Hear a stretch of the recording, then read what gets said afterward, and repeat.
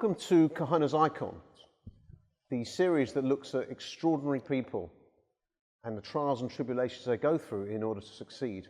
Now today, I know I say it every single time, we've got a very special guest. This guy is a known journalist, broadcaster, political man, and author. And he's more than well known, in fact, he's most well known for his being the former spokesman for Tony Blair. He is, of course, Alastair Campbell. Alastair. Thank you. Lovely to meet you. Actually, I felt reeling off all those things that you've done or do. It felt like reeling off the prizes off a generation game, but no cuddly toy. Such as your array of skills and abilities. It's great to have you here. Someone that I admire, and I'm sure there are millions out there who admire you. You're about to release your book, which is coming out, is it on the 19th? 19th of September. 19th of September. Blair Your to new Brown. Diaries, From Blair to Brown. And I've had the opportunity to read it, albeit on PDF, which isn't the most comfortable read. It's great to have you here. One of the things that struck me, the first thing in the book, is your love of sport. Mm-hmm. Similar to me, I'm a sports nut. And you were working with the Lions team for some time.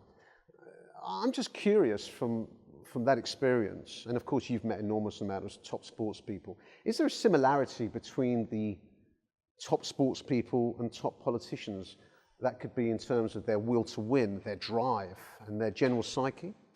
There's lots of crossovers. In fact, it's interesting how the first part of the book, because it starts at the 2005 election, when I go back for the election but then leave, and I go straight off on the Lions tour. And actually I was preparing for the Lions tour at the same time as we were doing the campaign. So I was very conscious of the kind of potential for crossover. And I ended up actually, a book I wrote a couple of years ago about winning mindset. A lot of it was about what you could learn from one world to another. And there are definitely similarities. I've got to say, I think this may sound obvious, but I wish it wasn't obvious. And I wish it wasn't the case, but I think more sports people have that sense of real will to win than people in politics do. Doesn't mean that people in politics don't work hard and they don't, know what they're trying to achieve. But I think that sense of doing. See, there's a great quote in the Winners book from Wasim Akram, the fast bowler, and I said to him, "What's the difference between wanting to win and will to win?" And he said, "Will to win is knowing what it is that you need to do and then doing it." Now that sounds really obvious. But actually, most people say they want to win, and then they don't do the things they need to do to win.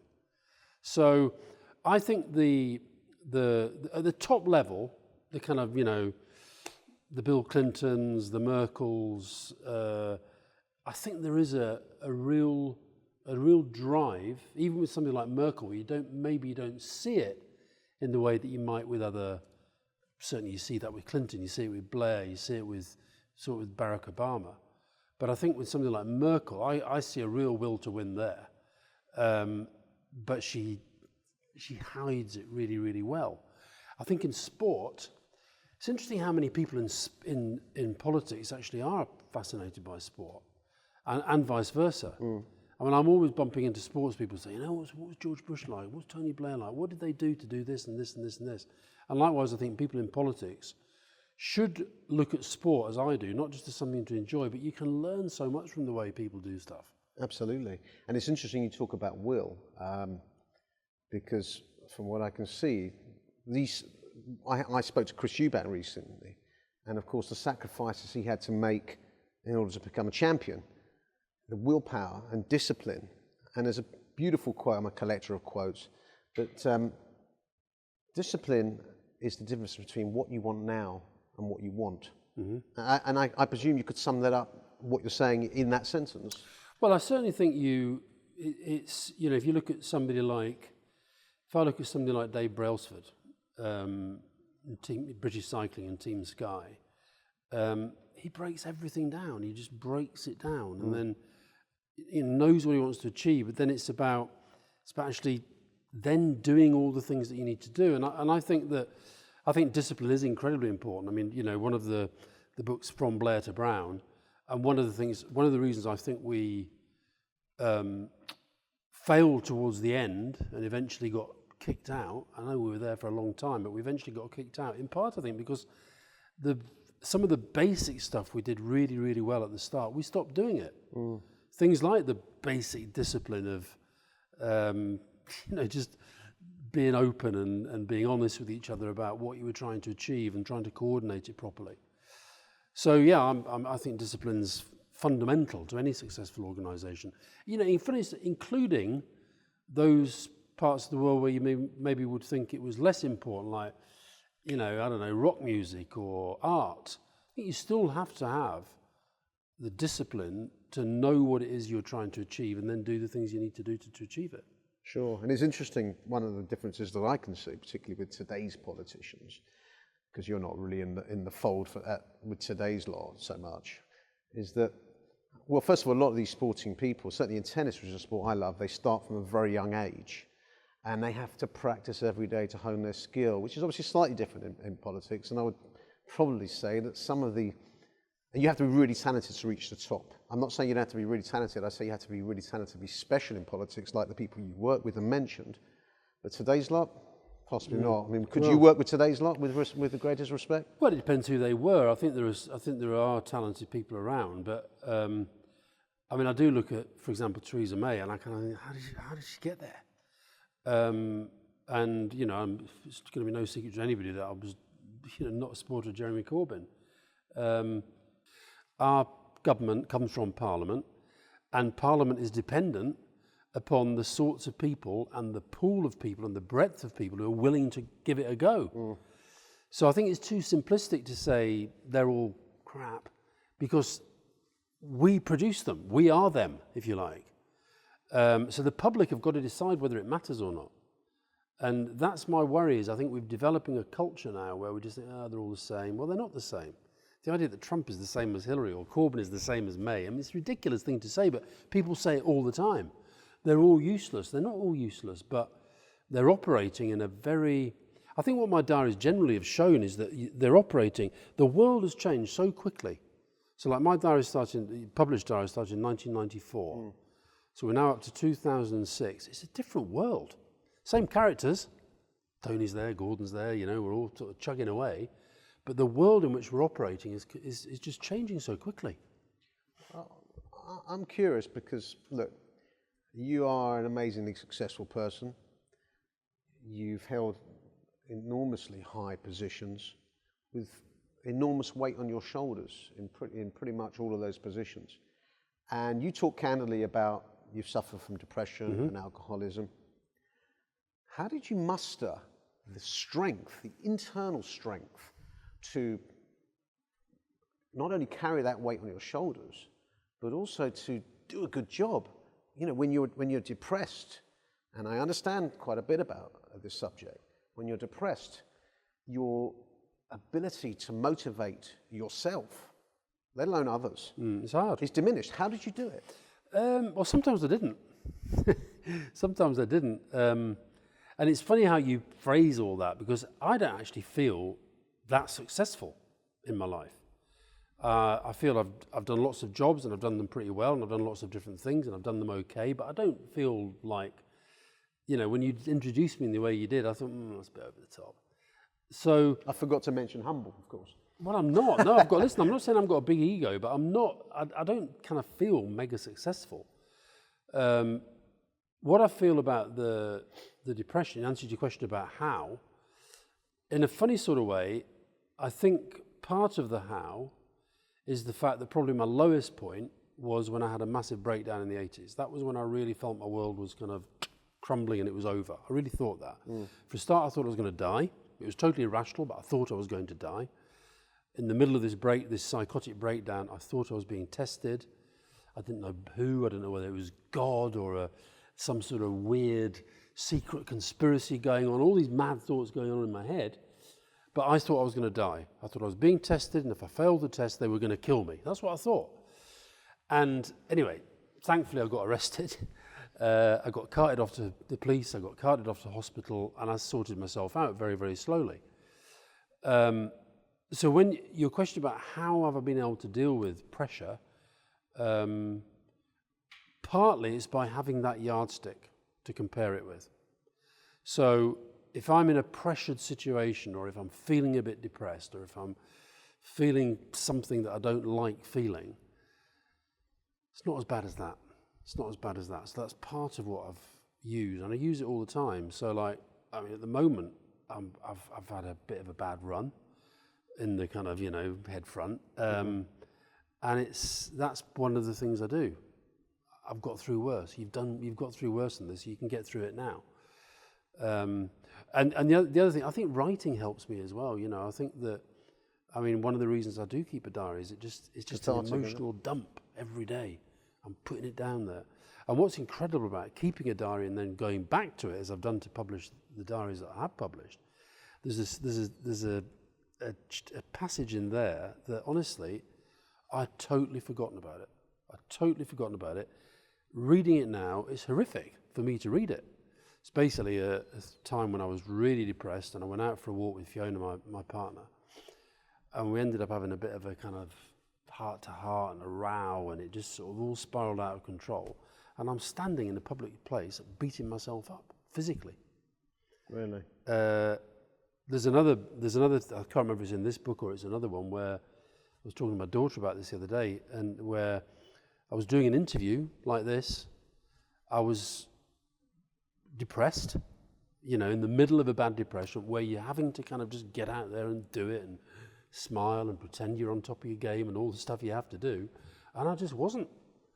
And I was dying inside. But when you had those positions, and I know that, for example, the changeover from Blair to Brown, which is what your book's about, people needed you to be the conduit, for example, between Blair and Brown, and you were largely responsible for this new Labour revolution, a triple number majority, and then you saw it dwindle. It went down to a two-figure majority, and people thought, oh, they're on the way down, and so forth. And then there was a transition to Brown, who kind of had a slightly different idea of how it should be run. As someone who has a tendency to be depressed, surely that must have placed additional baggage, because you would have thought, well, I've got to try and hold this together. Everything I've built up, or been largely a massive cog in that wheel, seems to be coming apart. And that must have contributed. Yeah, I'm sure that's true. What's really so this volume starts the day after the 2005 election, and you're absolutely right. We've gone from 3-figure majorities to 66, right? And I think it's first page or the second page of the book is the first headline: Blair must go, say Labour MPs. Right? Crazy. So it's now imagine what Theresa May would do with the majority of 66, how Jeremy Corbyn would have felt if he got a majority. But because of the expectations, 66 is like seen as a failure. And you're absolutely right about, this during this period is when I finally start to see a psychiatrist regularly. Because what happened, I think, was that, the previous volume, when I was on the way out, leaving, I sort of thought, right, well, one of the main reasons was Fiona, my partner, was just fed up with it and just wanted just to get a different sort of life. And I had a massive crash afterwards, no doubt about that. And of course, one of the things that was going on, this is the thing I talked to my shrink about the whole time, is that Tony and Gordon, for different reasons and with different objectives, were pulling me in the whole time. And again, sometimes other people give you an insight. It was David, my psychiatrist, who gave me the insight about some of the difficulties I was having at home. Was that to Fiona, and she's never articulated this, but this was his impression, to Fiona, the job was almost like another woman. It was like, oh, you preferred the job to me. It was that. Now, she never articulated it like that, but that was an incredibly helpful insight to me, because I then realised, well, actually, sometimes I do feel like I'm being dragged off by another force that I can't control. Again, it's the first time we've met. Unfortunately for me, maybe not so much for you, but I guess you're now would you say that after having therapy, you're now a lot more comfortable in your own skin and feeling I think overall? I think in a funny sort of way, I've always been pretty comfortable in my own skin. It's just that I've had really bad periods of depression. I kind of accept it as part of who I am now. I think that I just think I'm a troubled character, and I don't think I'll ever be settled. I wrote a little book called The Happy Depressive, and I said in that my mother, for example, she died a few years ago, but she was so different to me. And she always used to say to me, why can't you just be content? And I said, because I don't want to be content. I think contentment to me is part of complacency. Now, she was one of the happiest people you've ever met. I don't think she had sad days when people died or, people were ill or things went wrong. She had sad days, but I don't think she would know what depression was. And she was just incredibly content. She loved her family, she loved her life, she made good of everything. I'm just not like that. I'm always looking for the thing that makes me strive and struggle and want to change things. Is your fear, I mean, you talk about winners.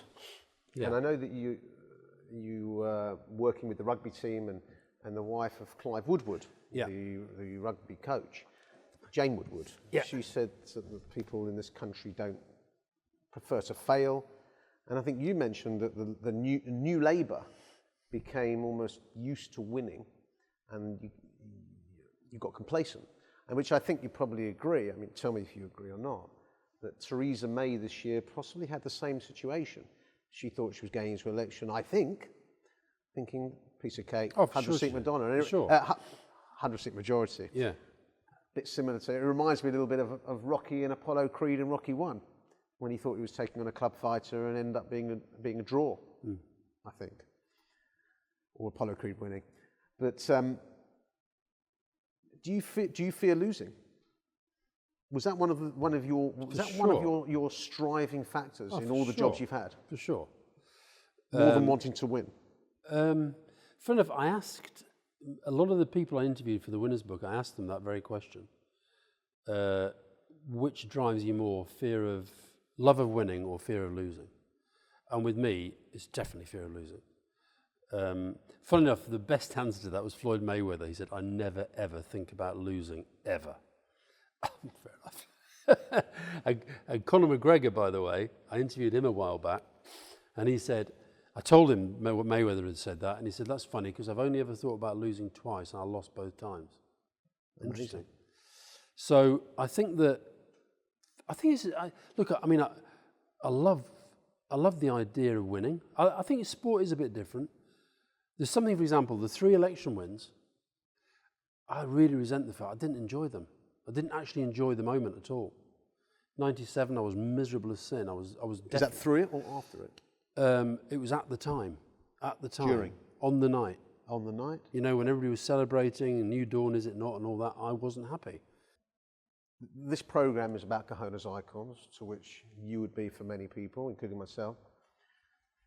People who've had the ballsiness, the guts, the audacity to go forth and strive for success. I'm interested to know who your Cojones icons are. I know you know many highly successful people, you've interviewed them, you've been friendly with them.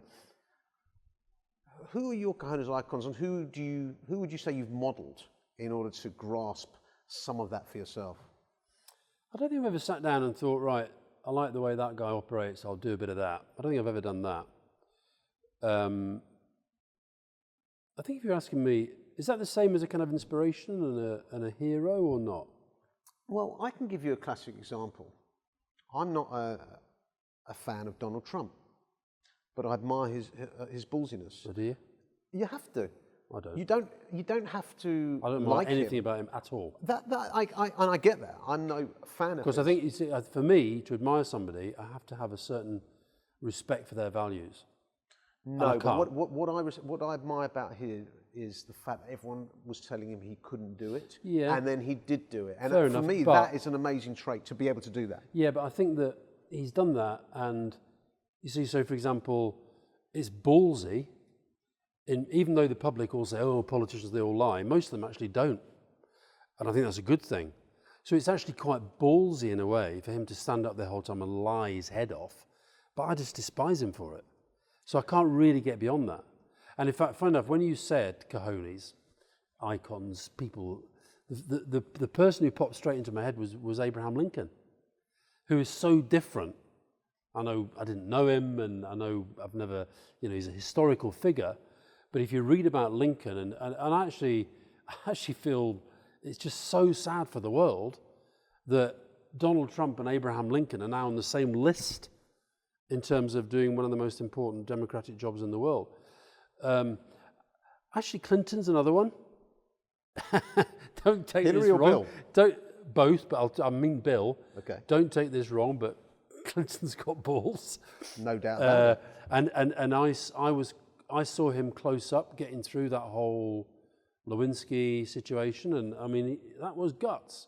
But the reason I admire him, having done some bad stuff along the way and got through it the way that he did, was that he was always being driven actually by values that I do respect. He was actually there to try and make the world a better place. He was actually there to try and give jobs to working class American people.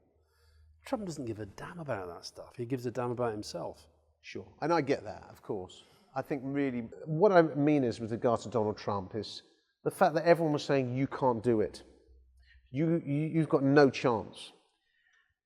You've got no political experience. And he negated all that negative talk coming in and says, and he believed in himself. Yeah. And self-belief, like Henry Ford said, whether you believe you can or whether you believe you can't, you're right.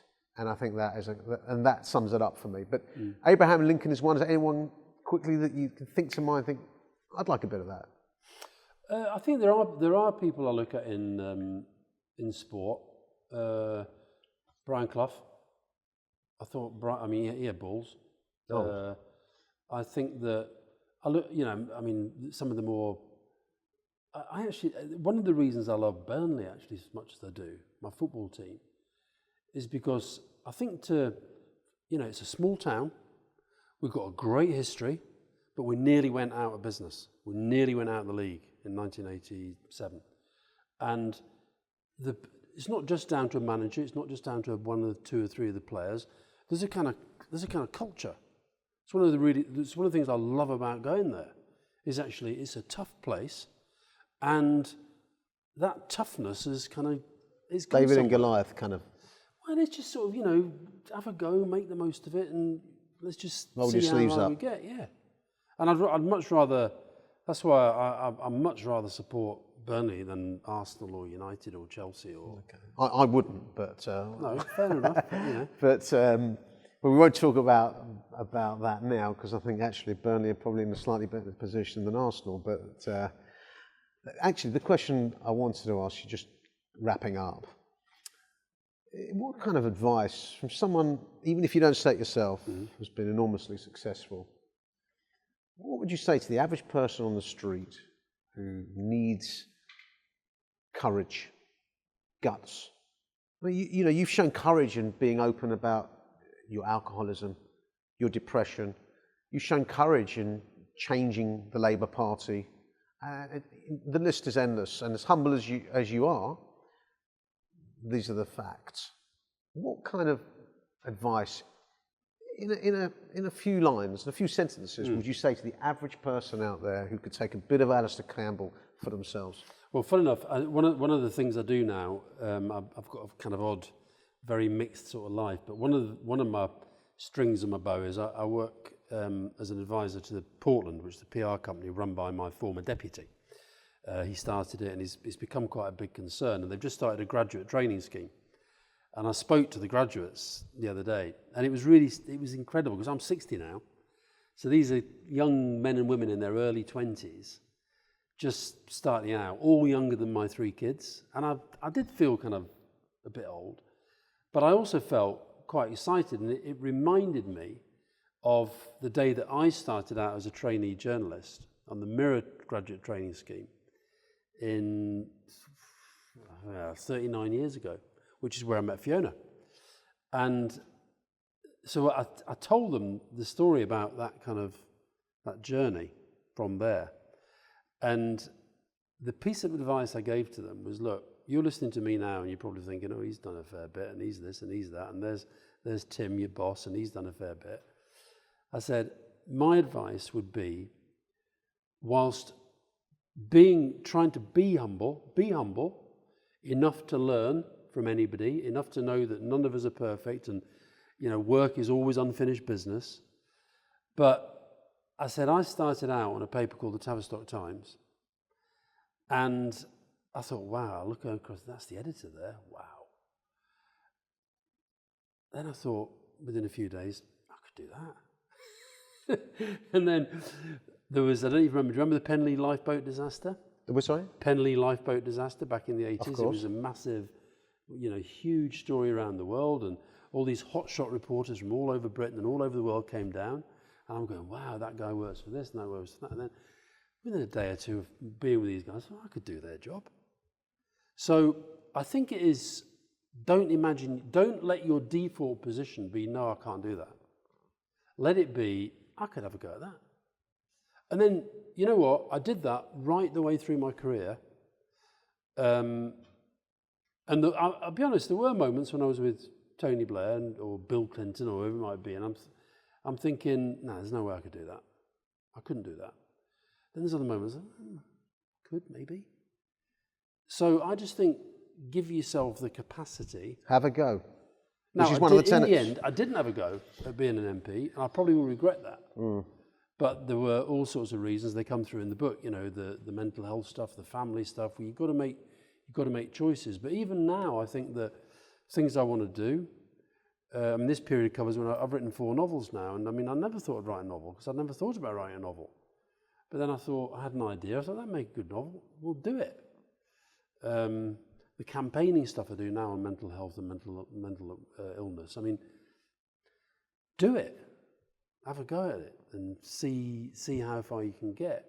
And the thing I find about most people when you bump into them, you meet bad people, you meet stupid people, you meet people who really irritate you. But actually, most people you meet, they've really got something in them.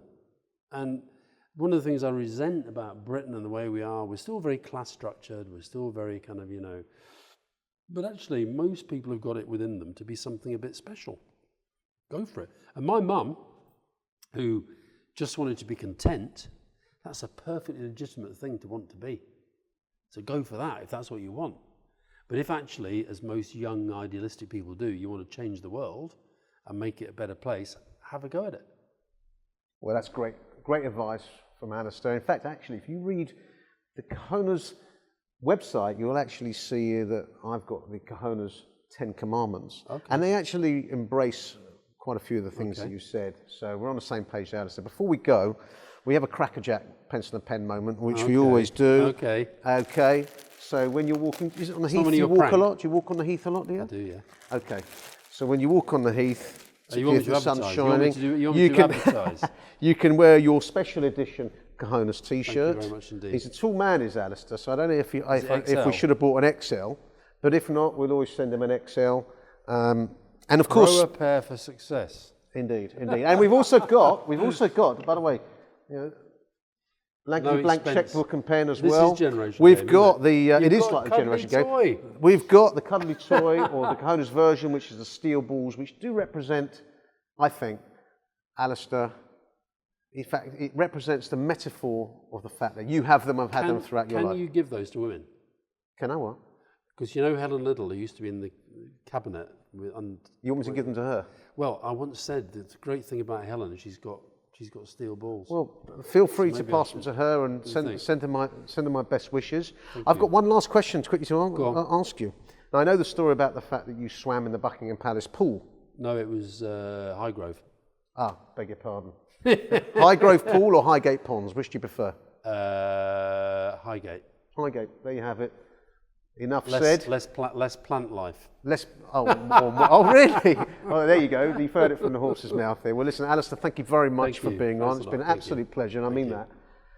Follow us on Twitter. Remember, this is the book to go out and buy on September the 19th.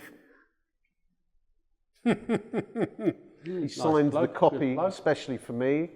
Me being generous, I've asked him to write it to a friend. So go out and buy a copy of that. September the 19th. As I said, follow us on Twitter at Real Cojones, on Facebook, and of course, subscribe, watch, comment, and share, and write to us, Cojones TV. Thank you very much. Thank you very much. Cheers.